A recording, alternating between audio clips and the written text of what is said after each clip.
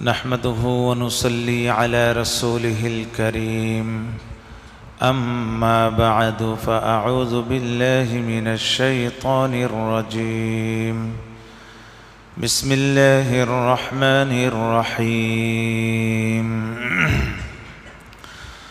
ولولا أن كتب الله عليهم الجلاء لعذبهم في الدنيا ولهم في الآخرة عذاب النار ذلك بأنهم شاقوا الله ورسوله ومن يشاق الله فإن الله شديد العقاب ما قطعتم من لينة أو تركتموها قائمة على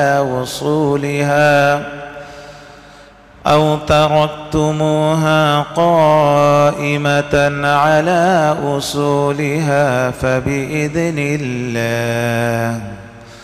فبإذن الله وليخزي الفاسقين صدق الله العظيم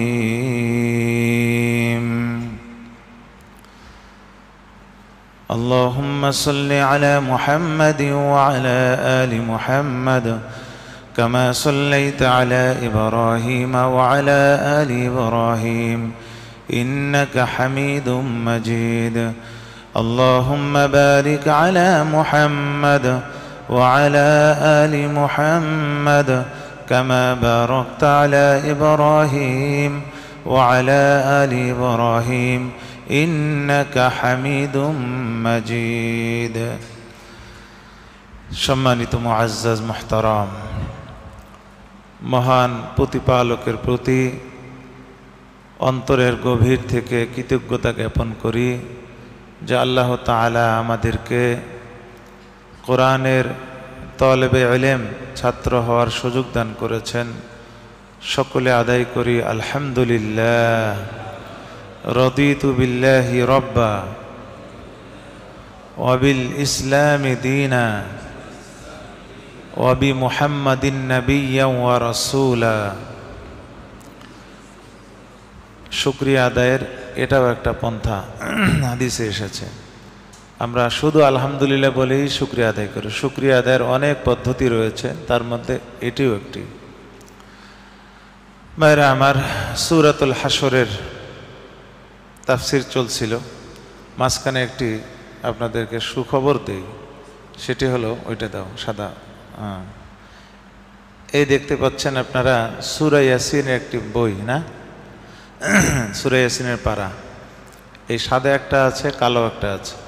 তো সূরা ইয়াসিনের শুরু দিয়ে এখানে ফজরের পরে এবং মাগরিবের পরে যে আমলগুলো হাদিসে আসছে, ম্যাক্সিমাম আমল সহিহ বর্ণনা যেগুলো আসছে এগুলো নিয়ে আসা হয়েছে। এবং বাকি যে 3 ওয়াক্ত জোহর, আসর, এশা, সে আমলগুলো এখানে আনা হয়েছে। আপনি শুধু পড়ে যাবেন, কোনো এখানে ফজিলত লেখা নেই, অনুবাদও লেখা নেই, শুধু পড়ে যাবেন। ফজিলত আপনার বোঝার দরকার নেই, ফেরেশতারা জানে কোনটার কি ফজিলত। আপনার বুঝে তারপর ফেরেশতাদের সাথে কি করবেন, বলে দেবেন যে আমি কিন্তু এই ফজিলত চাইতেছি। আপনি পড়ে যাবেন, ফেরেশতারা জানে কোন আমলের কি ফজিলত। হাদিসে আসছে ফজিলত যদি কেউ নাও জানে, তার ফজিলত কি করা হয়, লেখা হয়ে থাকে। এই আমলটা পড়বেন সকাল সন্ধ্যা এবং 5 ওয়াক্ত নামাজে যখন সুযোগ হয় প্রতিদিন পড়ার চেষ্টা করবেন। এটা অনেক সাধনা করে, অনেক রিসার্চ করে, এটা সদকায়ে জারিয়ার জন্য আলহামদুলিল্লাহ আল্লাহ তাআলা আমাকে তৌফিক দান, যতটুকু করেছেন চেষ্টা করেছি। না, এটা বিক্রির জন্য না, এটা হলো এখানে রাখা আছে, এখানে বিক্রির জন্য না, এক আল্লাহর বান্দা ছাপিয়ে দিয়েছেন। এটা হলো সদকায়ে জারিয়ার জন্য, না বাইরে নিয়ে পড়তে পারবেন না। না, এখানে মসজিদের জন্য অক্ষ, এখানে সিল লাগানো আছে, মসজিদে পড়বেন। এটা হলো একটা গুরুত্বপূর্ণ আপনাদের জন্য একটা বড় পাওয়া আর কি। অন্য কোনো মসজিদে এরকম সুযোগ পাবেন কিনা আমার জানা নাই। বাকি চেষ্টা করি আমরা আপনাদেরকে কিছু আমলমুখী করার জন্য আপনাদের সুযোগে এগুলো যেন ব্যবহার করতে পারেন। এবং এইরকম নিয়ম অন্য কোনো বইয়ে লেখা নাই। এই নিয়মটা এটা যেন আপনাদের সহজ হয় এই জন্য ঢালাওভাবে লেখা হয়েছে। কোনটা কতবার এটাও লেখা আছে পাশে। আল্লাহ তাআলা আমাদেরকে আমল করার তৌফিক দান করেন। এই কালোটা দেখতেছেন সূরা ইয়াসিন, আর একটা আছে লাল, কি বলে এটা সাদা, এটা সূরা ইয়াসিন। দিন হলো সাদা, আর যেহেতু সূরা ইয়াসিন সকালবেলা পড়তে হয় এই জন্য কি সূরা ইয়াসিন, আর রাত কি কালো, এই জন্য কালো কভারের কোনটা সূরা ওয়াকিয়া আছে। দেখবেন সূরা ওয়াকিয়া যখন পড়বেন এই আমলটা করে নেবেন মাগরিবের পর অথবা এশার পরে। এবার আসুন আমরা তাফসিরে চলে আসি। রব্বুল আলামিন বলেন ওয়ালাউলা আন কাতাবাল্লাহু আলাইহিমুল জালাআ, বলেছিলাম মদিনার মধ্যে 3টি ইহুদি গোষ্ঠী বসবাস করত। মদিনার পাশে 5-6 কিলোমিটারের ভিতরে, মদিনা থেকে মসজিদে কুবা যেরকম 5 কিলোমিটার 4 কিলোমিটার দূরে, এরকমই এর চেয়ে একটু দূরে এরকমই দূরত্ব ধরেন তারা বসবাস করত। বনু নজির 3টি কবিলা 3টি গোত্র থাকতো। বনু নজির, বনু বলেন কোরাইজা, আরেকটি বনু কাইনুকা, বনু কাইনুকা, এই হলো 3টি গোত্র মদিনায় কি বসবাস করত। বনু নজিরের ঘটনা চলতেছে। তো আল্লাহ তাআলার অর্ডারে নবীজি সাল্লাল্লাহু আলাইহি ওয়াসাল্লাম বনু নজিরদেরকে ওখান থেকে বিতাড়িত করলেন। ম্যাক্সিমাম বনু নজিররা খয়বারের মধ্যে অবস্থান করলো, আর কিছু ইহুদিরা চলে গেল কোথায়, শামে। তো বনু নজিরদের খয়বারে যারা অবস্থান করেছিল তাদের মধ্যে ছিল তাদের দলপতি হুয়াই ইবনে আখতাব। সেখানে সে ওখানে ডেরা করলো। সেখানে শেষমেশ সেখান থেকে সেও চলে যেতে, অর্থাৎ সে সেখানে থাকতে পারে নাই। সেখানে নবীজি সাল্লাল্লাহু আলাইহি ওয়াসাল্লামের যুগেই সেখানে আবার যুদ্ধ হলো, যেটাকে বলা হয় গজওয়ায়ে খয়বার। আপনারা জানেন গজওয়ায়ে খয়বার হয় খয়বারের যুদ্ধ। আল্লাহ তাআলা বলেন যে এদেরকে যে আমি বিতাড়িত করলাম, নির্বাসিত করা হলো, যদি নির্বাসিত না করতাম তাহলে এদের বাঁচার উপায় ছিল না। হয়তো নির্বাসিত না করলে ওদেরকে আমি দুনিয়ায় একটা শাস্তি দিতাম, আর আখিরাতে তো ওটা আছে, কমন শাস্তি ওটা তো আছেই, দুনিয়াতেও একটা শাস্তি দিতাম। ওদের ভাগ্য ভালো যে দুনিয়ার শাস্তিটা এত বড় কিছু না দিয়ে কী করা হয়েছে, শুধু নির্বাসনের মধ্যে দিয়ে কী করা হয়েছে, ওদেরকে পার করে দেওয়া হয়েছে। নির্বাসন না করলে তাদেরকে মদিনাতেই তাদের শাস্তি পোহাতে হতো, যেরকম শাস্তি পোহাইয়েছে বনু কুরাইজারা। বনু নজির যখন চলে যায়, বনু কুরাইজা বনু কাইনুকা এই 2 গোত্র মদিনায় থাকে। তাদের মধ্যে বনু কুরাইজা তারা নবীজি সাল্লাল্লাহু আলাইহি ওয়াসাল্লামের সঙ্গে বিশ্বাসঘাতকতা করেছিল আহজাবের যুদ্ধে, খন্দকের যুদ্ধে। বিশ্বাসঘাতকতার পরে নবীজি সাল্লাল্লাহু আলাইহি ওয়াসাল্লাম খন্দকের যুদ্ধ থেকে ফিরে এসে অস্ত্র এখনো কি করেন নাই, এখনো কি তার শরীর থেকে নামানো হয়নি, অস্ত্র নিয়ে সাহাবাদেরকে অর্ডার, চলো বনু কুরাইজাদেরকে কি করতে হবে, তাদের বিরুদ্ধে লড়তে হবে, জিবরিল আমিন বলে গেছেন। তখন নবীজি সাল্লাল্লাহু আলাইহি ওয়াসাল্লাম সাহাবাদেরকে নিয়ে বনু নজির বনু কুরাইজাদের গোত্র ঘিরে ফেলে এবং তাদেরকে বাধ্য করা হয় যে তারা নবীর সিদ্ধান্তের উপর একমত হবে। তখন নবীজি সাল্লাল্লাহু আলাইহি ওয়াসাল্লামের সিদ্ধান্ত অনুযায়ী হযরত সাদ বিন উবাদা রাদিয়াল্লাহু তাআলা আনহু সম্ভবত তার সিদ্ধান্তের উপর কি করা হয়, তারা একমত হয়। তখন হযরত সাদ রাদিয়াল্লাহু তাআলা আনহু সিদ্ধান্ত হলো দুনিয়ার শাস্তি হলো তাদের মধ্যে যারা যুবক ছিল, যারা যোদ্ধা, তাদেরকে হত্যা করা হোক, আর যারা বৃদ্ধ, তাদের বৃদ্ধ নারী এবং যারা কি বাচ্চা কাচ্চা এদেরকে বন্দি করা হোক। তখন এইটাই ফলো করা হয়, তাদের যুবকদেরকে দুনিয়াতে কি করে দেওয়া হয়, হত্যা করা হয়। তা আল্লাহ তাআলা বলেন তাদের উপর তো আল্লাহর দয়া ছিল এতটুকুই যে দুনিয়ার শাস্তি বনু কুরাইজারা যেভাবে পেয়েছে তাদের ভাগ্য ভালো যে তারা কি এই শাস্তি পায়নি, তাদেরকে আল্লাহ তাআলা নির্বাসনে পাঠিয়ে দিয়েছিল। ব্যাপারটা কি বুঝেছেন? এটা আল্লাহ তাআলা বলতেছেন ওয়ালাউলা আন কাতাবাল্লাহু আলাইহিমুল জালাআ, আল্লাহ তাআলা যদি তাদের উপর এই নির্বাসনের সিদ্ধান্ত গ্রহণ না করতেন, নির্বাসনকে আল্লাহ তাআলা লিখে না দিতেন যে তাদের নির্বাসন হবে, এমনটা যদি আল্লাহ তাআলা তাদের তকদিরে লিখে না দিতেন, লা'যাবাহুম ফিদ দুনিয়া, তাহলে অবশ্যই তাদেরকে আল্লাহ তাআলা শাস্তি দিতেন দুনিয়াতে অন্য কোনো শাস্তি দিতেন, যেরকম কাদেরকে দেওয়া হয়েছে, বনু কুরাইজাদেরকে দেওয়া হয়েছে হত্যার মতো। ওয়ালাহুম ফিল আখিরাতে আযাবুন আলীম, আযাবুন নার। এরপর আল্লাহ তাআলা বলতেছেন এবং তাদের জন্য তো রয়েছে আখিরাতে আযাবুন নার, কিসের শাস্তি? আগুনের শাস্তি তো আছেই। যালিকা বিআন্নাহুম, তাদেরকে আগুনের শাস্তি কেন দেওয়া হচ্ছে, কেন দেওয়া হবে, তাদের দুনিয়াতে কেন শাস্তি দেওয়া হবে? আল্লাহ তাআলা বলেন এর কারণ হলো তারা অপদস্থত ইহুদিরা এই জন্য শাকুল্লাহ ওয়া রাসূলাহ, এই ইহুদি গোষ্ঠী আল্লাহ এবং আল্লাহর রাসূলের বিরুদ্ধাচরণ করে। আল্লাহ এবং আল্লাহর রাসূলের কি করে? বিরুদ্ধাচরণ করে। এরা সব সময় আমাদের রাসূলের তো অবশ্যই, তাদের নবীদেরকেও তারা কি রাখে নাই, তারা মানে শান্তিতে থাকতে দেয় নাই। তাদের যে নবী হযরত মূসা আলাইহিস সালামকেও শান্তিতে থাকতে দেয় না এরা। এত এই বনি ইসরায়েল এরা এত কি ছিল, বদমাইশ ছিল। এর বদমাইশি করতে করতে এরা কি আল্লাহ তাআলার কোরআন ম্যাক্সিমাম জায়গাতে শুধু এদেরই কথা, এদেরই কথা। এত তারা কি ছিল, মানে এত তারা ঝামেলা করত। তো বলে যে এরা আল্লাহ এবং আল্লাহর রাসূলের বিরুদ্ধাচরণ করত। এদের স্বভাব হলো নবীদেরকে হত্যা করা, অনেক নবীকে তারা হত্যা করেছে। এরপর আল্লাহ তাআলা বলেন ওমাই ইউশাকিল্লাহ ওয়া রাসূলাহ, যারা আল্লাহ, ওমাই ইউশাকিল্লাহ, যারা আল্লাহর বিরুদ্ধাচরণ করে, ফা ইন্নাল্লাহা শাদীদুল ইকাব, আল্লাহ তাআলা কঠিন শাস্তিদাতা। আল্লাহ তাআলা কঠোর শাস্তির মালিক, শাস্তি দিতে পারেন কে? আল্লাহ তাআলা। বিধায় তাদের জন্য কঠোর শাস্তি রয়েছে।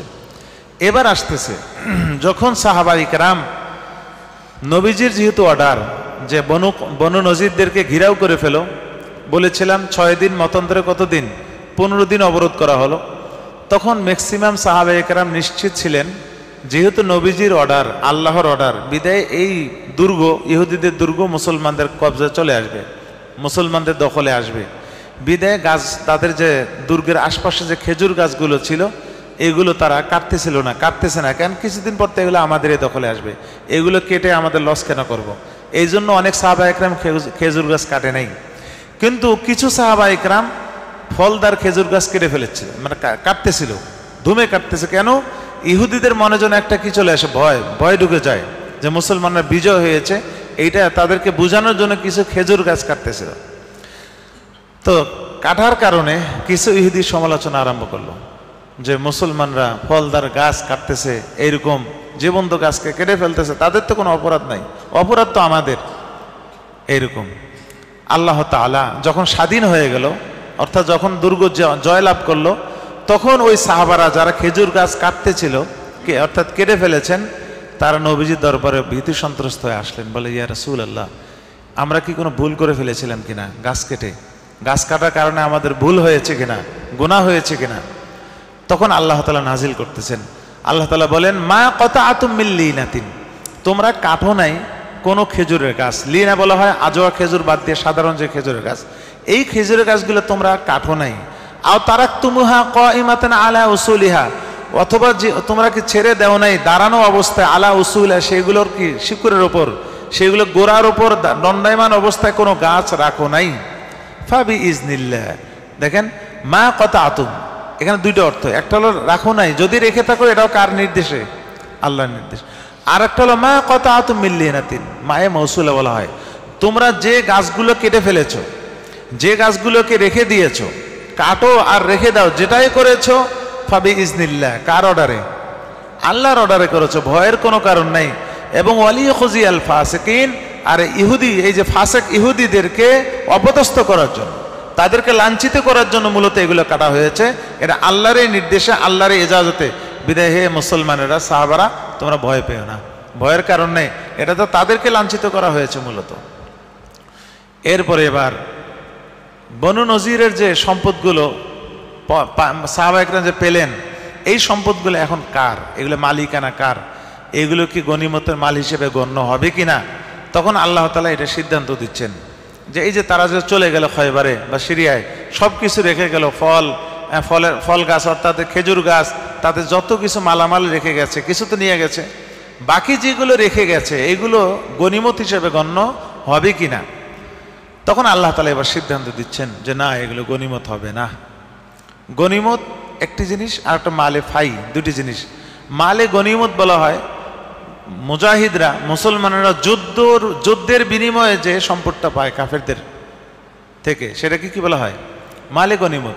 এইটার ভাগ পায় সাহাবায়ে কেরাম যারা যোদ্ধা, তাদের মধ্যে বন্টন করতে হয়। আর যে সম্পদটা কাফেরদের থেকে অর্জন হয় যুদ্ধ ছাড়া, যুদ্ধ করতে গেছে কিন্তু যুদ্ধ হয়নি, সব কিছু রেখে চলে গেছে, পলায় গেছে, অথবা শান্তি চুক্তি হয়েছে, চুক্তির মাধ্যমে তারা চলে গেছে, এমন যে সম্পদগুলো সাহাবায়ে কেরাম বা মুসলমানরা যেগুলো লাভ করে এইগুলোকে বলা হয় মালে ফাই। এগুলোকে কি বলা হয়? মালে ফাই, ফাই মাল। আর গনিমতের মাল হলো ওই যে বললাম যুদ্ধের মাধ্যমে যেটা আসে। আর মালে ফাই হলো বিনা যুদ্ধে যেটা কি হয়, যেটা অর্জন হয়, এটা হলো মালে ফাই, কষ্ট ছাড়া যেটা অর্জন হয়।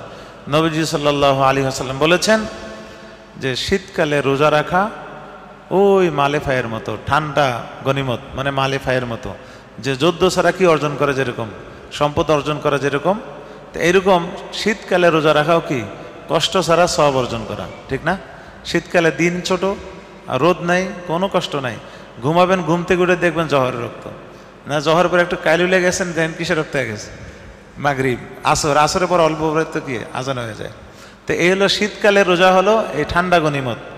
তো যাই হোক, তো নবীজি সাল্লাল্লাহু আলাইহি ওয়াসাল্লামকে আল্লাহ তাআলা দিক নির্দেশনা দিচ্ছেন যে এই যে বনু নজিরে যে সম্পদগুলো পাওয়া হলো, পেলেন, এইগুলো কিন্তু সাহাবাদের মধ্যে বন্টন হবে না, এটা মালে ফাই। মালে ফাইয়ের সিদ্ধান্ত হলো, মালে ফাইয়ের ব্যাপার হুকুম হলো, এটা পুরা মালিক আল্লাহ নবী সাল্লাল্লাহু আলাইহি ওয়াসাল্লাম, আল্লাহ রাসূল এটা মালিক। তিনি কিভাবে এটা ব্যয় করবেন তার ইচ্ছা, সেটাও আল্লাহ তাআলা ব্যয়ের নির্দেশনা দিচ্ছেন। আল্লাহ তাআলা বলেন যে এটা আপনার পরিবারের মধ্যে ব্যয় করবেন, এতিমদের মধ্যে ব্যয় করবেন, গরিবদের মধ্যে ব্যয় করবেন, মুসাফিরদের মধ্যে ব্যয় করবেন এবং মুহাজিরদের মধ্যে ব্যয় করে দেবেন। আনসারি সাহাবারা এখান থেকে কিছুই পাবে না, কারণ আনসারি এত নিজে বাড়িওয়ালা, বাড়িওয়ালারে কি দেবেন? যারা মুসাফির, যারা কি মেহমান, যারা গরিব, তাদেরকে দিয়ে দেন। এই যে আল্লাহ নবী সাল্লাল্লাহু আলাইহি ওয়াসাল্লাম বনু নজির থেকে যে সম্পদ পেয়েছেন সেখান থেকে কিছু অংশ রেখে দিয়েছিলেন, সেখান থেকে তার পরিবারের আহারের জন্য কিছু রেখে দিয়েছিলেন, বাকিগুলো বাইতুল মালে জমা করেছিলেন। বাইতুল মাল থেকে তিনি এইভাবে সমস্যা যেগুলো তৈরি হচ্ছিল, মিসকিন গরিব যারা আসতো, আল্লাহ নবী তাদেরকে দিতেন, হ্যাঁ, এবং সাহাবাদের মধ্যে যারা মুহাজির গরিব তাদেরকে তিনি কি তাদের পেছনে এগুলো ব্যয় করতেন। এই নির্দেশনা আল্লাহ তাআলা দিচ্ছেন, ওয়ামা আফা আল্লাহু আলা রাসূলিহি, যে মা আফা আল্লাহু আলা রাসূলিহি, আল্লাহ তাআলা তার রাসূলকে যে মালে ফাই দান করেছেন, ওই যে মালে ফাই, বুঝছেন তো, মালে গনিমত না, যে মালে ফাই আল্লাহ তাআলা তার রাসূলকে দান করেছেন, মিনহুম, ওই বনু নজির থেকে, ফামা আউজাবতুম আলাইহি মিন খাইল, হে সাহাবারা শোনো, এবার সাহাবাদেরকে বলতেছেন, ফামা আউজাবতুম, তোমরা অভিযান চালাও নাই, আলাইহি, এই মায়াল অর্জন করার জন্য, মিন খাইলিন, ঘোড়া দিয়ে অভিযান চালাও নাই, ঘোড়ার পিঠে চড়ে, ওয়ালা রিকাবিন, এবং তোমরা উটের পিঠে চড়েও কি করো নাই, অভিযান চালাও নাই, যে ঘোড়ার মধ্যে ঘোড়ার পিঠে উঠে তোমরা কি যুদ্ধ করেছো, উটের উপর চড়ে কি দিনকে দিন, মাসকে মাস সফর করেছো, অনেক দূর পায়ে হেঁটে গেছো, অনেক দূর কি উটকে তোমরা চালিয়ে নিয়ে গেছো অভিযান চালানোর জন্য, এমন কোনোটাই তোমরা করো নাই। কেননা মদিনার পাশে হলো তাদের অবস্থান, আসতে মাত্র কয়েক কদম পরে তোমরা পেয়েছো, বিধায় তোমাদের উটও চালাইতে হয় নাই, আবার যুদ্ধও করতে হয়নি যে তোমরা ঘোড়া দাবড়াইছো, এমনটাও করতে হয় নাই, বিধায় তোমরা যেহেতু অভিযান চালাও নাই, ঘোড়ার উপরেও না, উটের উপরেও না, ওয়ালাকিন্নাল্লাহা ইউসাল্লিতু রাসূলাহু, যে তবে আল্লাহ তাআলা আধিপত্য দান করেছেন তার রাসূলকে প্রাধান্য দিয়েছেন, আধিপত্য দান করেছেন, আলা মাইয়াশা, আধিপত্য দান করেন, আলা মাইয়াশা, আল্লাহ তাআলা যাকে ইচ্ছা তার উপর, আল্লাহ তাআলা তার রাসূলকে আধিপত্য দান করেন, কাদের উপর? যার ইচ্ছা, যাকে ইচ্ছা তার উপরে আল্লাহ তাআলা তার রাসূলকে কি দিতে পারেন? আধিপত্য দিতে পারেন। বিধায় এটার মালিক তোমরা নয়, এটার মালিক কে? আমার রাসূল। এরপর আল্লাহু আলা কুল্লি শাইইন কাদির, আল্লাহ তাআলা সব কিছুর উপর শক্তি রাখেন, শক্তিশালী। এরপরে বলতেছেন এই মালগুলো কেমনে ব্যয় হবে? আল্লাহ তাআলা বলেন, মা আফা আল্লাহু আলা রাসূলিহি, আল্লাহ তাআলা যে মালে ফাই তার রাসূলকে দান করলেন, মিন আহলিল কুরা, বনু নজির থেকে যে অংশটা পাইলেন আল্লাহর নবী, সেটা কার ভাগ আছে এখানে? ফালিল্লাহ, আল্লাহর অংশ রয়েছে, ওয়ালির রাসূলি, এবং কার? রাসূলের অংশ রয়েছে, ওয়ালিদিল কুরবা, নবীজির আত্মীয় স্বজন যারা, আপনজন যারা, তাদের জন্য রয়েছে, ওয়াল ইয়াতামা, এবং এতিমদের জন্য। এতিম কারা? এতিম কাকে বলা হয়? যার পিতামাতা নাই, এটা না, যার পিতা নাই, যার কি নাই, যে নাবালেগ ছেলের পিতা নাই, বাবা নাই, তাকে এতিম বলা হয়। যে নাবালেগের পিতা আছে, মা নাই, এতিম বলা হবে না। মা নাই, কেননা আসল তো তার খোরপোশকে দেয়, বাবাই দেয়, বিধায় মা চলে গেলে সে অসহায় হয় না, কিন্তু বাবা চলে গেলে কি হয়ে যায়? অসহায় হয়ে যায়। এই জন্য নাবালেগ ছেলে যার বাবা নাই, বাবা মারা গেছে, বাবা নাই বলতে বাবা মাকে তালাক দিয়ে গেছে এমন না, দুনিয়া থেকে চলে গেছে, মারা গেছে, এমন নাবালেগদেরকে কি বলা হয়? এতিম বলা হয়। তো আল্লাহ তাআলা বলেন যে এতিমদের জন্য এতিমের অনেক ফজিলত আছে। এতিম বাচ্চার মাথায় হাত বুলিয়ে দেবেন, দেখবেন যে এতিমের মাথার যতগুলো চুল, এই পরিমাণ চুল পরিমাণ সব আপনার আমলনামে লেখা হবে। সুবহানাল্লাহ, অনেক ফজিলত রয়েছে। এতিমের মাথায় হাত বুলিয়ে দিলে দিল নরম হয়ে যায়। অনেকে চোখের পানি আসে না দোয়ার মধ্যে, এটা অনেক দিল নরমের অনেক কি রয়েছে পন্থা। আমি কোনো এক জমে বলেছিলাম, তার মধ্যে একটা এটাও বলেছিলাম, এতিমের মাথায় কি বলে দেওয়া, হাত বলে দেওয়া, ওলামায়ে কেরামের সঙ্গে চলাফেরা করা, হ্যাঁ, আরও অনেক আমি কারণ বলেছিলাম, বেশি বেশি জিকির আজকার করা। এই কারণগুলো আপনারা পরবর্তীতে শুনে নেন যদি প্রয়োজন হয়। একটা হলে এতিমের মাথায় হাত বুলালে দিল নরম হয়, চোখে পানি চলে আসে। ওয়াল মাসাকিন, এবং মিসকিনদের জন্য এখানে অংশ রয়েছে মালিফায়ের মধ্যে। মিসকিন কাকে বলে এর আগেও বলেছি, মতনৈক্য রয়েছে। কেউ বলেন মিসকিন বলা যার কিছুই নেই, কিছুই নেই তাকে কি বলা হয়, মিসকিন। আর ফকির বলা হয় কিছু হলে কি। আচ্ছা, কিন্তু আমার যেটা মত এবং অনেক ওলামায়ে কেরাম বলেছেন যে ফকির বলা হয় যার কিছুই নেই, আর মিসকিন বলা হয় কিছু হলে আছে। এর প্রমাণ কোরআনে আছে। সূরা কাহফের মধ্যে আল্লাহ তাআলা বলেছেন যে ওয়া আম্মাস সাফিনাতু ফাকানাত লিমাসাকিন, যে এই নৌকাটা ছিল কার, মিসকিনের। তাই মিসকিনের যদি কিছুই না থাকে তাহলে নৌকা কেমনে হইল?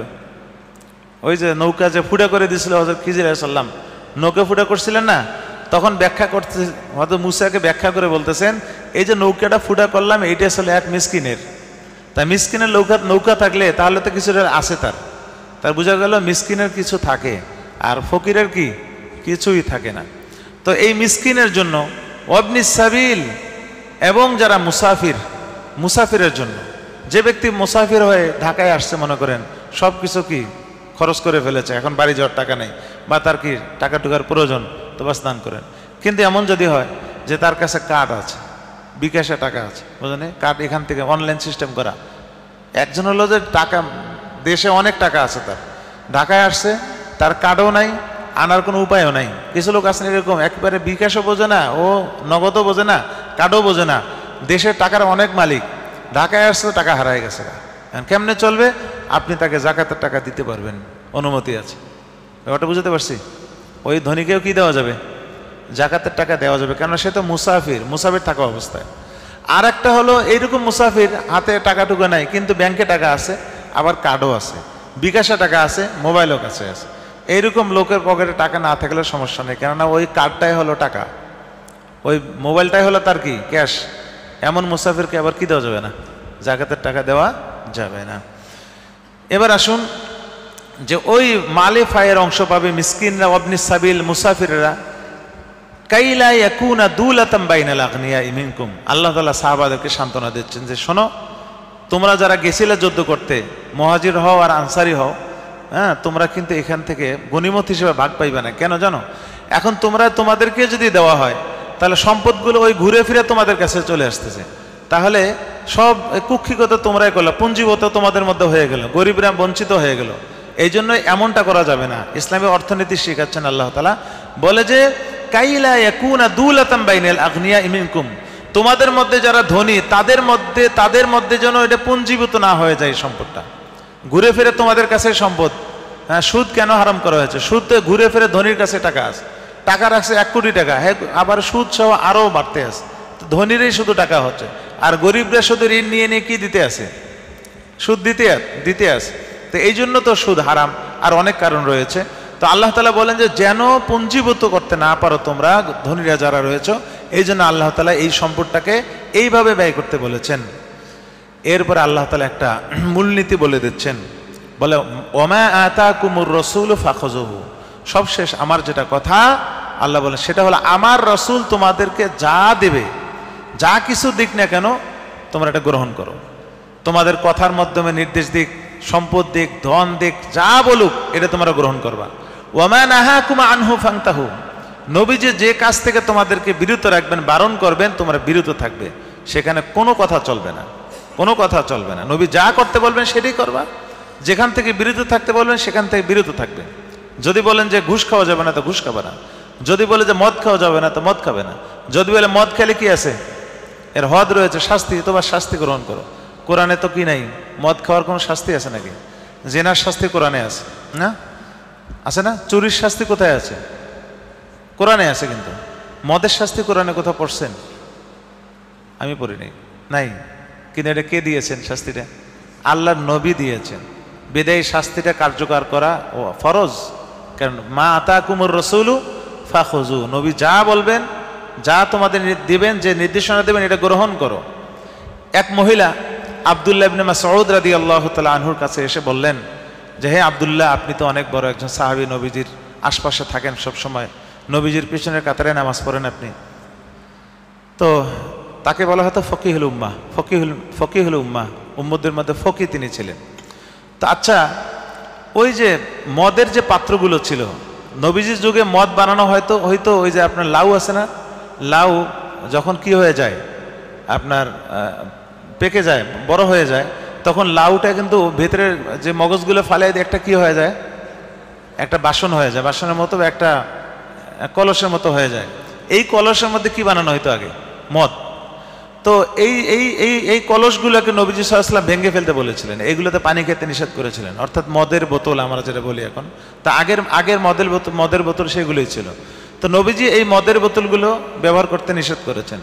তো এক নারী এসে বলতেছেন আব্দুল্লাহ ইবনে মাসউদকে যে, আচ্ছা, মদের বোতল ব্যবহার করতে যে নিষেধ করেছেন, মদের বোতলে পানি খাওয়া নিষেধ, এটা নিষেধ, তো এটা তো নবীজি বলেছেন, আমিও জানি, কিন্তু এটা কি কোরআনে আছে? আমি তো কোরআনে খুঁজে পাইলাম না। তা আব্দুল্লাহ ইবনে মাসউদ রাদিয়াল্লাহু তাআলা বলে যে, হ্যাঁ, কোরআনেও আছে, আমি কোরআনেও পেয়েছি, হাদিসেও পেয়েছি। তো ওই মহিলা বলতেছেন যে, না, আমি তো কোরআনে পেলাম না, পুরো কোরআন আমি পড়লাম, কোরআনে কোথাও নাই, শুধু হাদিসে আছে। তখন তিনি বললেন যে, কেন, তুমি কি সূরা হাশরের এই আয়াত দেখো নাই? ওমা আতাকুমুর রাসূলু ফাখুযুহু ওমা নাহাকুম আনহু ফান্তাহু। আল্লাহর নবী যেটা করতে বলেছেন সেটা করো, যেটা থেকে বিরত থাকতে বলেছেন সেটাতে বিরত থাকো। তাহলে আল্লাহ নবী বিরত থাকতে বলেছেন কিনা? তাহলে আল্লাহ তাআলা তো অর্ডার দিয়েছেন যে নবীজির যেটা থেকে বিরত থাকতে বলেছেন সেটা থেকে কি থাকো? বিরত থাকো। বিদে কোরআনই তো এটা স্বয়ং সাক্ষী, কোরআনই তো বলেছেন। এই জন্য যারা আহলে কোরআন আমাদের সমাজে কিছু যে কপাল পোড়া আছে, এরা পথভ্রষ্ট হয়ে যাচ্ছে আহলে কোরআন হয়ে। হ্যাঁ, শুধু কোরআন বুঝে, এরা শুধু কোরআনকে রিসার্চ করে, কোরআনের উপরে চলে, যার কারণে তাদের 5 ওয়াক্ত নামাজ এরা পড়ে না, 3 ওয়াক্ত নামাজ পড়ে। বলে যে 5 ওয়াক্ত নামাজ কোরআনে নেই, যে কয় ওয়াক্ত আছে ওই। তো নামাজের পদ্ধতি কি, রুকু কেমনে, সিজদা কেমনে, 4 রাকাত, এগুলো আবার থেকে হাদিস থেকে নেয়, বুঝলেন না? এগুলো আবার কি নেয়? হাদিস থেকে নেয়। মানে এত পাগল যে কত প্রকার হয় দুনিয়াতে, এদেরকে দেখলে বোঝা যায়। তো এরা হলো আহলে কোরআন। এরা একবারে মানে কাদিয়ানীরা যেরকম কাফের, এরাও 100% কাফের, কোনো সন্দেহ নেই। সন্দেহ ছাড়া আহলে কোরআনরা কাফের, এদের ঈমান নাই, এর মধ্যে কোনো সন্দেহ নেই।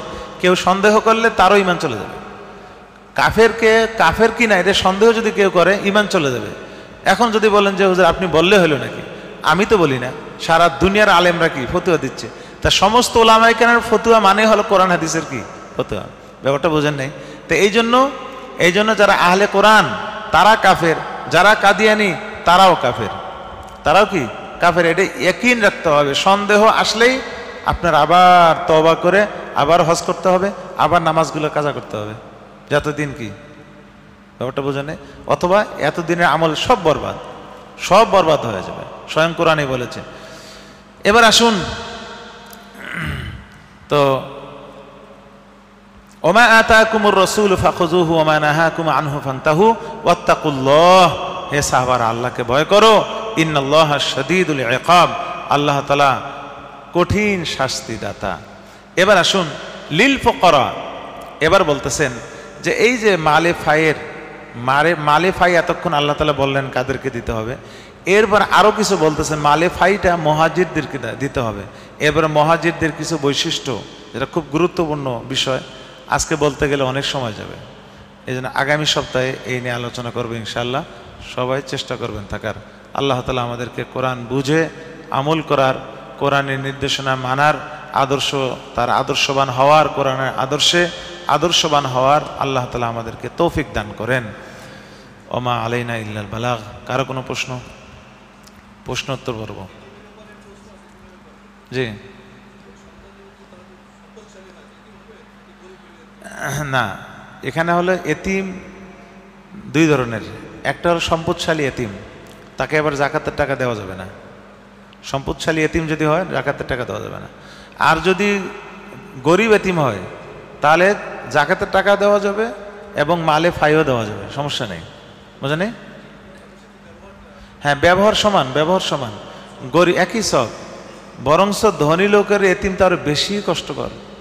তার বাবা ছিল অনেক বড় লোক, অনেক আরাম আয়েশে ছিল, ওই অবস্থায় যদি তার বাবা চলে যায় তার মতো অসহায়ত্ব বোধ করা, যার ওপর যত বেশি দায়িত্ব, যার যত বেশি তার ওইটা হারায় গেলে তত বেশি বড় জিনিস হারাইল না, তার সে তত বেশি বড় জিনিস হারাইল।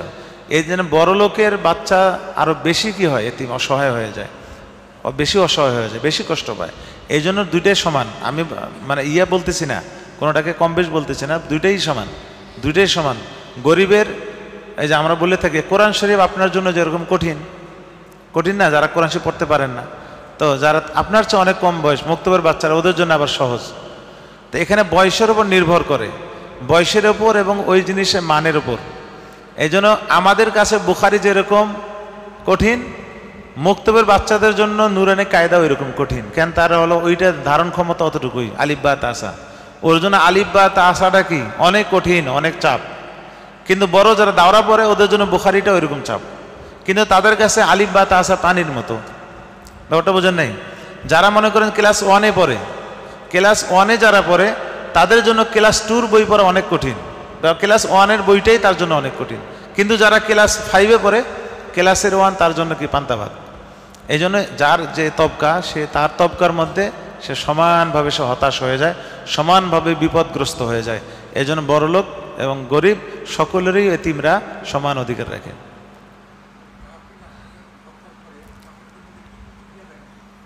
কাব বিন আশরাফকে হত্যার পরে কাফেরদের দুর্বল হয়ে পড়লো, তাদের শক্তি, গত সপ্তাহে বলেছিলাম তাদের শক্তি অনেকটাই নার্ভাস হয়ে, যে বলেছিলাম গত সপ্তাহে যে ওয়াকাযাফা ফি কুলুবিহিমুর রু'বা, আল্লাহ তাআলা তাদের দিলের মধ্যে কি ভয় ঢেলে দিয়েছিল। কিসের মাধ্যমে? মুফাসসিরিনা বলেন যে কাব বিন আশরাফকে হত্যার কারণে তাদের ভিতরে কি ঢুকে যায়? ভয়, যে সর্বনাশ, আমাদের এত বড় লিডারকে হত্যা করা হলো, আমাদের আর কি বাঁচার উপায় নেই। এইভাবে কি তাদের মধ্যে তাদের কি এই শক্তিগুলো আস্তে আস্তে ভেঙে পড়া আরম্ভ করে। বলো।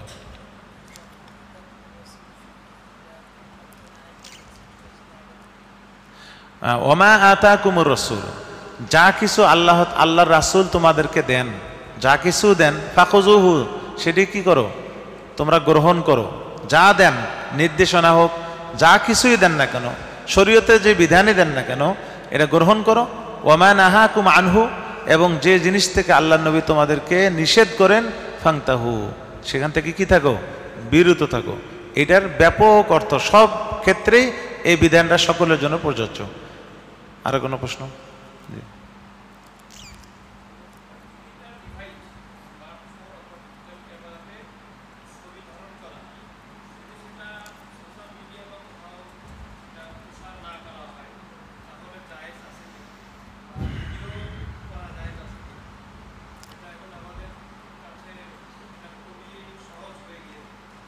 বসেন, মাশাআল্লাহ। আমার মনে হয় এইটার বিষয়ে সবাই, মোবাইল যারা ছবি তোলে তারাও ভেতরে একটা গুনার ভয় নিয়ে কিন্তু ছবি তোলে, যারা অন্তত নামাজ পড়ে। আপনি বলেন যখন ছবি তোলেন ভয় লাগে না যে আল্লাহ ছবি তুলতেছি? ভয় কিন্তু একটা কাজ করে, তার মানে আপনার, কারণ বান্দার দিলের মধ্যে কিন্তু আল্লাহ একটা মৌলিক কি দিয়ে দেন, তার জ্ঞান দান করেন। ওই মৌলিক জ্ঞান থেকে সে সিনেমা হলে যারা যায়, সে যদি নামাজি হয়ে যায়, নামাজি হয় বা একটা দিন তার বাবা মা দিনদার, তাহলে সিনেমা হল ঢোকার আগে অন্তত তার ভয় লাগে, আল্লাহ সিনেমা হলে ঢুকতেছে। এই যে ভয়টা কাজ করা, এইটাই হলো তার কি মৌলিক, আল্লাহ তাআলা দিলের মধ্যে একটা তার কি দান করেছেন, তার এই যে বিবেকটা আল্লাহ দিয়েছেন। ক্যামেরায় ছবি তোলা যদি এইটাকে বের করার জন্য হয়, তাহলে তো একবারে মতনৈক্য ছাড়াই হারাম। যেটা আপনার যে বের করা নেই, এর থেকে একবার প্রিন্ট দিয়ে বের করা, এটা সম্পূর্ণ হারাম। এটা প্রয়োজন ছাড়া এইভাবে বের করা কোনোভাবেই ছবি তোলা জায়েজ নাই। প্রয়োজনের মধ্যে পাসপোর্টে লাগে, ভিসায় লাগে, বা আরও কোনো যে কাজেগুলো প্রয়োজনীয় যেগুলো লাগে এগুলোতে ব্যবহার করা যাবে, জমি রেজিস্ট্রির সময় লাগে। আর একটা হলো যে বিবাহের অনুষ্ঠানকে আপনার কোথায়, এটাকে আপনার কোথায় রাখবেন? বাসায় টানায় রাখবেন, অথবা এটা একটা স্মৃতি হিসেবে আপনার ফাইলের মধ্যে ঢুকে রাখবেন, অ্যালবামে রাখবেন, এগুলো সম্পূর্ণ হারাম। যাদের আছে এই অ্যালবামগুলো, আগের যুগের লোকেরা অ্যালবামে রাখতো, এখন তো ডিজিটাল অ্যালবাম, মোবাইল, আগে অ্যালবামে থাকতো।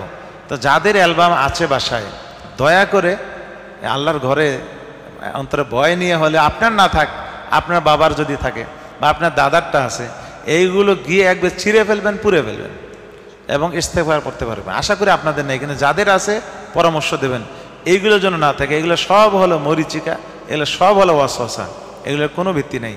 এই জন্য এইটা সম্পূর্ণ হারাম। আর একটা হলো ভিডিও ধারণ করা, ছবি তোলা, ভিডিও করা। ভিডিও যদি কোনো দিনই প্রচারের জন্য হয়ে থাকে, দিনই কোনো মজলিস, কোনো বয়ান, যেটা গুরুত্বপূর্ণ বয়ান, ফুকাহে কেরাম এই বিষয়ে একটু শিথিলতা করেন। যেমন আমার তাফসির যদি কেউ ভিডিও করে, তার একটা ইয়েতে দেয় যে এই তাফসিরটা যেন মানুষ শোনে, হ্যাঁ, এবং ছবি কেন তুললো ভিডিওটা, যেন যে লোকের সামনে যে বলছি, আমি যে অভিনয় করতেছি না, এটা যে মানুষের সামনে বয়ান করছি, এতগুলো লোক শুনেছে, তো একজন ব্যক্তি শোনার সময় তারও ভিতরে একটা কাজ করে না, এতগুলো মানুষ শুনেছে, আমারও শোনা দরকার। এই জন্য যদি ভিডিও করে দেয়, এই বিষয়ে ওলামায়ে কেরাম অনেকটা শিথিল করেছেন, প্রয়োজনীয়। কিন্তু যদি এমন হয় যে কোনো প্রয়োজন নেই, ছবি শুধু তুলতেছে আর রাখতেছে কোথায়, ফোল্ডারের ভিতরে, ফোল্ডারের মধ্যে থাকতেছে, বের করতেছে না, এই বিষয়ে এই ছবি তোলাটা নাজায়েজ। কিন্তু ওই ছবি তোলার যে কবিরা গোনা ওর চেয়ে একটু কম, এটাও নাজায়েজ। দারুল উলুম দেওবন্দের ফতোয়া এইটাই আসছে, দারুল উলুম দেওবন্দের ফতোয়া এটাই আসছে যে ছবি তুলে যে ফোল্ডারে আমরা রেখে দেই, এটাও নাজায়েজ প্রয়োজন ছাড়া। ব্যাপারটা কি বুঝেছেন? এই জন্য আমাদের সবসময় চেষ্টা করা এই মোবাইল মসজিদে না নিয়ে আসা, চেষ্টা করা। মসজিদে আনার কোনো দরকার নেই, বাসায় রেখে আসেন। মানুষ ফোন দিচ্ছে, দিক না, বাসায় বলে আসবেন যে জরুরি ফোন হলে রিসিভ করো, হয়ে গেল। এখন মসজিদটাকেও আমরা এরকম মোবাইলের মতো একটি জিনিস এনে মসজিদটাকেও যেন আমরা কি না বানায় ফেলি, নাপাক না বানিয়ে ফেলি, চেষ্টা করা। হ্যাঁ, বাসায় বাচ্চা কাচ্চাকে যদি পুরুষ মানুষ ফোন দেয়, ওটা তো আলাদা একটা বিষয়। যদি পুরুষ মানুষ ফোন দেয় তাহলে বাচ্চা কাচ্চা রিসিভ করবে, বাচ্চার দ্বারা কথা বলে নেবে। আর যদি বাচ্চা কাচ্চা না থাকে, রিসিভ না করলে কি এমন একটা ক্ষতি হবে? আপনি 10-20 মিনিটের জন্য আসছেন, 20 মিনিটের মধ্যে তো আর কোনো এমন আহামরি কোনো ক্ষতি হওয়ার কথা না। এই জন্য চেষ্টা করা মসজিদে মোবাইল না নিয়ে আসার, না নিয়ে আসা। কারণ মোবাইলের মধ্যে ভালো মন্দ সব কিছুই থাকে, মন্দই বেশি থাকে। এই জন্য চেষ্টা করা মোবাইল না নিয়ে আসার চেষ্টা করা।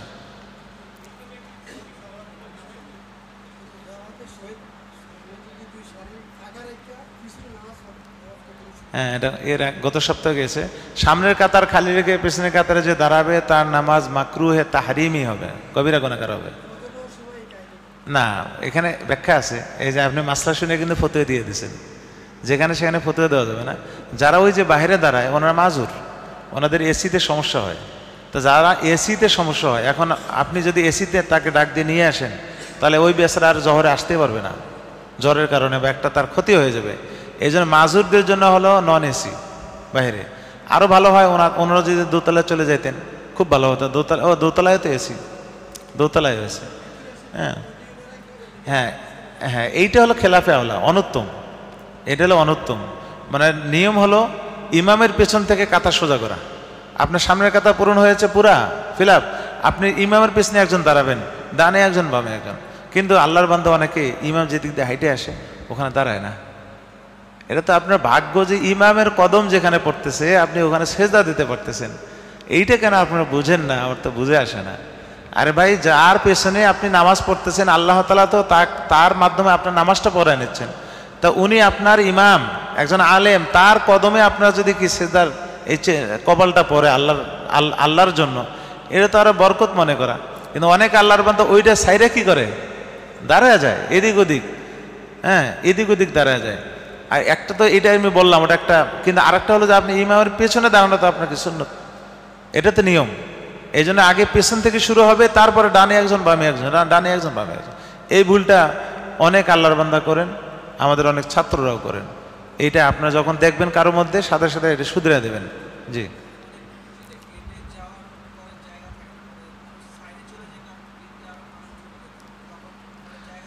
হ্যাঁ, যদি জায়গার জন্য তাহলে তো ভিন্ন জিনিস। কিন্তু আমাদের এখানে আবার জায়গা আছে, মানে যাতায়াত করা যায় পেছনে। যে আরেকজনকে বলছিলেন মৃত্যু মানুষের একই মৃত্যু ব্যক্তির ছবিগুলো যদি আপনি ভিতরে রেখে দেন, সেভ করে রাখেন, যদি এটা মৃত্যু ব্যক্তির জীবদ্দশায় ছিল, তিনি ডিলিট করতে বলেন না, দেখছেন আছে, ডিলিট করতে যেতে বলেন নাই, বরং রাখতে বলছেন, থাক স্মৃতি থাকলো একটা তোমাদের কাছে, এরকম যদি বলে যায় তাহলে ওনার শাস্তি হবে এটার জন্য। আর যদি উনি বলে যে না বাবা, আমি দুনিয়া থেকে যাচ্ছি, আমার এখন সব কিছু আখিরাতের জন্য, বিধায় আমার ছবিগুলো রাখো না। তোমরা আমার জন্য দোয়াই করো, আমার ছবি রেখে তোমরা নিজের হাতকে দুর্বল করো না। আমার ছবি দেখবা একটা হতাশা বকবা, হাত দুর্বল হবে, অসুস্থ হয়ে পড়বে, বিধায় আমার ছবিগুলো সব ডিলিট করে দিবা। এরপরে উনি মারা গেছেন, তারপরেও যদি সন্তানরা রেখে দেয় তাহলে এটার জন্য সন্তানরা দায়ী, ওই মৃত্যু ব্যক্তি কিনা দায়ী নয়। জি,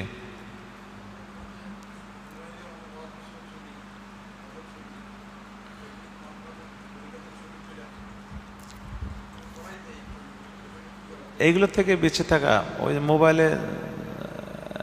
মোবাইলে আপনার মোবাইলে বয়ান মাসালা মাসাইল না শোনাই ভালো, কারণ ওখানে আপনি ভালো মন্দ বাছাই করতে পারবেন না, কোনটা ভালো কোনটা খারাপ, কোন বক্তা ভালো কোন বক্তা খারাপ, কার বক্তব্যে কি আসর, একটা কিন্তু কথার একটা আসর তাসিরও আছে। আপনি ভালো মানুষ, হঠাৎ করে আপনার দিল চেঞ্জ হয়ে গেল, আর ভালো লাগে না, এবারে তো মজা নেই। নামাজ পড়তে আসতেছেন কিন্তু একটা কলার গাছের মতো আসতেছেন, নামাজ পড়ে যাইতেছেন, কোনো মজা পাইতেছেন না। কে জানে কি হয়ে গেছে, হঠাৎ কে জানে কি হয়েছে, আপনি তো টের পান নাই, কিন্তু কেমনে যে আপনার ভেতরে একটা তাসির চলে গেছে আপনি টেরে পান নাই, নূর উঠে গেছে ওখান থেকে, দিল থেকে। এই জন্য নূর হলো কলবের সাথে সিনায় নূর। এই জন্য মোবাইল থেকে বয়ান শোনা ওগুলো তো নয়ই, নাজার জিনিস তো নয়ই, বয়ানও মাসলা মাসাইলও শেখা উচিত নয়। হ্যাঁ, পুরুষের তেলাওয়াত শুনতে পারবেন, মেয়েদের তেলাওয়াত শোনা যায় নাই। বয়ান শুনতে পারবেন নির্ভরযোগ্য কোনো ব্যক্তি, আপনি জানেন যে উনি একজন নির্ভেজাল, ওনাকে আপনি ভালোভাবে জানেন, হ্যাঁ এমন ব্যক্তির বয়ান শুনবেন। যেমন ধরুন আপনি আমাকে চেনেন, ঠিক না, আমার তাফসিরে যেহেতু বসেন, তাহলে আমার কথাগুলো আপনি বিশ্বাস করে তো শোনেন, নাকি ভুল ধরে লেগে শোনেন? হ্যাঁ, ভুল ধরে শোনেন না তো, শোনেন তো যে আমি যা বলি আপনাদের ইয়াকিন বা বিশ্বাস, আমি এটি বিশ্বাস করি যে আমি কিতাবাদি থেকে আপনাদেরকে বলি। এখন আমার এই বয়ানটা কিন্তু কোথায় যায়, ইউটিউবে যায়, বাস আপনি আজকের বয়ানটা শুনছেন, আরও শুনতে মনে চাচ্ছে, কাউকে শোনাবেন তা আপনি ওটা শুনাতে পারবেন। কিন্তু আপনি কোথাকার কোন আবদুল্লাহ কোন আব্দুর রহমান চেনেন না, একবারে ফুং ফাং বয়ান করে দিল, আপনি শুনে একবারে কি খুব মেতে গেলেন, পরে দেখা গেল যে দিলে নূর না গেছে চলে, এরকম যেন না হয়ে যায়, এটা খুব সাবধান। হ্যাঁ, এবার পুরস্কারের পালা। জি, কেউ আছে নাকি? হ্যাঁ, মোবাইলে কোরআন শরীফ পড়া যাবে, উজুর সাথে ধরতে হবে, জি, প্রশ্ন করেন।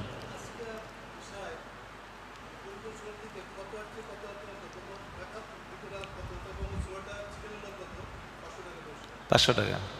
আজকে যে ঈশান নামাজে তেলাওয়াত করা হয়েছে, ঈশান নামাজে তেলাওয়াত করা হলো প্রথম রাকাতে কোন সূরার কত নম্বর আয়াতে কত নম্বর আয়াত, এবং দ্বিতীয় রাকাতের কোন সূরার কত নম্বর আয়াতে কত নম্বর আয়াত, না সূরার সিরিয়াল নাম্বার সহ। বাস, সহজ প্রশ্ন, ৳500 পুরস্কার, একবারে নগদ। বলেন, সহজ তো? 10 সেকেন্ড, এখন থেকে 10 সেকেন্ড।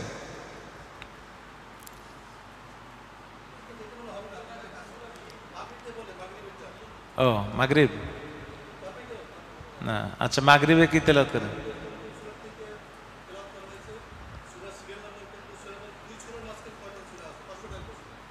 বলেন, মাগরিবের নামাজে কোন কোন সূরা তেলাওয়াত করা হয়েছে? 2 সূরার মাঝখানে কয়টি সূরা গ্যাপ? হ্যাঁ, সিরিয়াল দুইটার কত? এটাও কঠিন।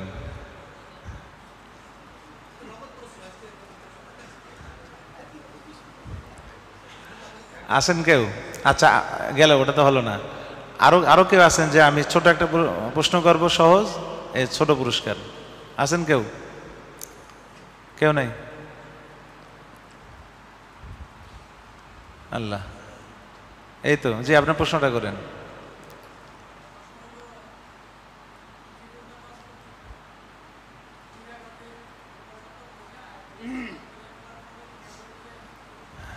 বেতের নামাজ 3 রাকাতে, প্রথম রাকাতে বসে সালাম ফিরে ফেলছে ভুলে, হয়তো দ্বিতীয় রাকাতে প্রথম বৈঠকে আর কি সালাম ফিরে আবার দাঁড়িয়ে, হয়তো একদিকে হোক দুই দিকে হোক সালাম ফিরিয়ে সে ভুল মানে বুঝতে পারছে বেতির, ওই অবস্থা দাঁড়িয়ে যাবে, দাঁড়িয়ে বেতির নামাজ যা ছিল যেভাবে পড়া ওইটা পড়ে শেষে কি দেবে, সেজদায় সাহু দিলে নামাজ হয়ে যাবে, অসুবিধা নেই।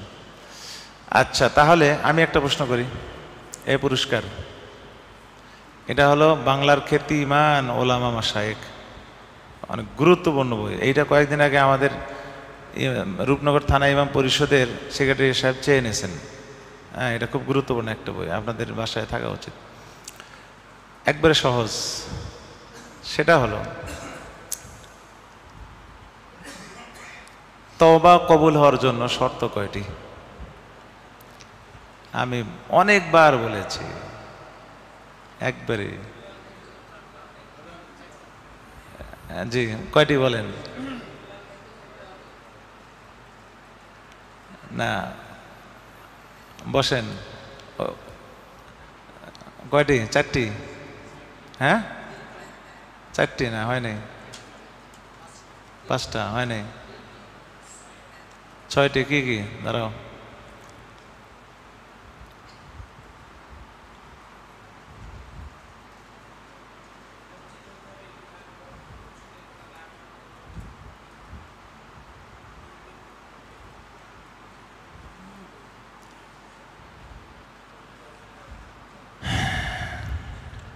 এটা একটু কঠিন হয়ে গেল নাকি?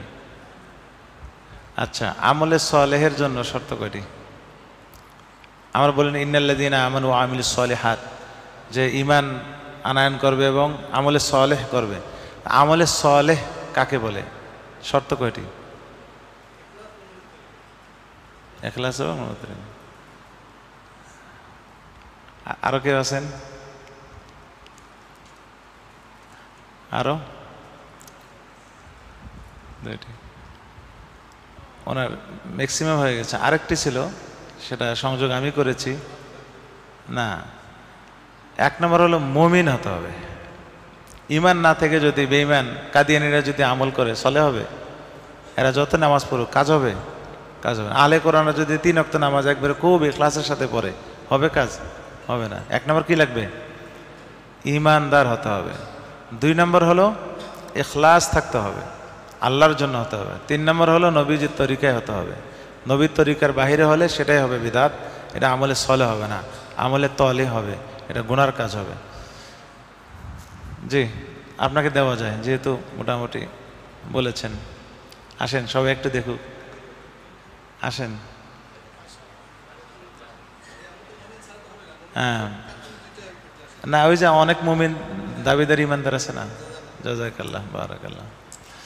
আল্লাহ তাআলা আমাদেরকে আমল করার তৌফিক দান করেন।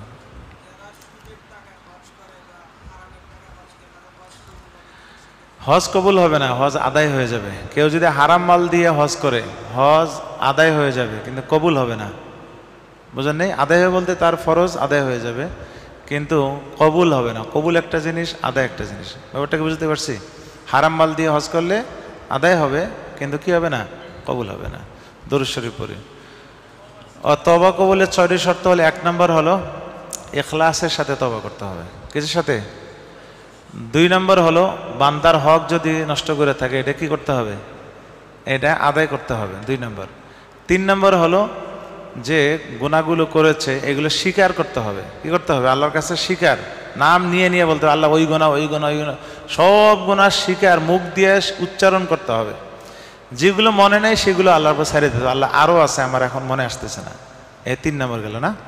4 নম্বর হলো ওই গুনাহগুলো স্বীকার করার পরে অনুতপ্ত হতে হবে, লজ্জিত হতে হবে যে আমি অনেক লজ্জিত, আমি এই আমার মতো লোক একজন মুসলমান এই গুনাহ করলো, এটা কেমনে হলো আল্লাহ, আমি খুবই লজ্জিত। এরপরে 5 নম্বর হলো এই গুনাহ আর ভবিষ্যতে আমি করব না, এই বলে আল্লাহর সাথে ওয়াদাবদ্ধ হওয়া। কি হওয়া? ওয়াদাবদ্ধ হওয়া। 5। 6 নম্বর হলো তওবা যখন কবুল হয় তখন তওবা করা, যখন তওবা কবুল হয় না তখন কি না করা? তওবা না করা। কেননা যখন তওবা কবুল হবে না তখন আপনি যতই তওবা করেন কি হবে না? কাজ। 2 সময় তওবা কবুল হয় না। একটা হলো সূর্য যেদিন থেকে কোন দিক থেকে আরম্ভ হবে, পশ্চিম দিক থেকে ওটা আরম্ভ করবে, সেদিন থেকে তওবা কবুল হবে না, 1 নাম্বার। আর একটা হলো মৃত্যুর সময় তওবা কবুল হবে না। আজরাইল চলে আসতেছে, মৃত্যু অবস্থায় একবার আপনি কি শয্যাশয়ী, মৃত্যু কাছাকাছি, এই অবস্থায় যদি আপনি তওবা করেন, এই তওবা কি হবে না? কবুল করা হবে না। যেমন ফেরাউন তওবা করেছিল মরার সময়, যে আমানতু আন্নাহু লা ইলাহা ইল্লাল্লাযী আমানাত বিহি বনু ইসরাঈল। সে মৃত্যুর সময় বলতেছে যে আমি আজ থেকে ঈমান আনলাম, বনি ইসরাঈলরা যে আল্লাহর উপর ঈমান এনেছে, আমিও ফেরাউন কি করলাম? ঈমান নিলাম। আল্লাহ বলে যে আল আল আন, এখন বুঝতেছো জিনিসটা, আগে বোঝো নাই, এটা কবুল করা হবে না। আল্লাহ তাআলা কবুল করেন নাই। এই দুই সময়ে তওবা কবুল হয় না, অন্য যে কোনো সময় তওবা কি হয়? কবুল হয়। এই 6টি শর্ত পাওয়া গেলে তওবা কবুল হয়, তা না একটা শর্ত যদি পাওয়া না যায় তাহলে তওবা কবুল হবে না। আল্লাহ তাআলা আমাদেরকে সহি শুদ্ধভাবে তওবা করার তৌফিক দান করেন। আলহামদুলিল্লাহি রাব্বিল আলামিন, আসসালাতু ওয়াসসালামু আলা আশরাফিল আমবিয়া ওয়াল মুরসালিন ওয়া আলা আলিহি ওয়া আসহাবিহি আজমাইন। রব্বানা হাব লানা মিন আজওয়াজিনা ওয়া যুররিয়াতিনা কুররাতা আ'য়ুনিন ওয়াজআলনা লিল মুত্তাকিনা ইমামা। লা ইলাহা ইল্লাল্লাহ ওয়াহদাহু লা শারীকা লাহু, লাহুল মুলকু ওয়া লাহুল হামদু ওয়া হুয়া আলা কুল্লি শাইইন কাদির। রব্বিরহামহুমা কামা রব্বায়ানি সগীরা, রব্বিরহামহুমা কামা রব্বায়ানি সগীরা। রব্বুল আলামিন, যারা এই তাফসিরের মজলিসে নিয়মিত বসেন, ইয়া আল্লাহ, যারা সুযোগ পাইলেই বসেন বা নিয়মিত বসেন, তাদের হায়াতে তয়্যিবা দান করেন, সকল প্রকারের হাজত আপনি পূরণ করে দেন, তাদের সুখী জীবন দান করেন। সুবহানা রাব্বিকা রাব্বিল ইজ্জাতি আম্মা ইয়াসিফুন ওয়া সালামুন আলাল মুরসালিন ওয়ালহামদুলিল্লাহি রাব্বিল আলামিন।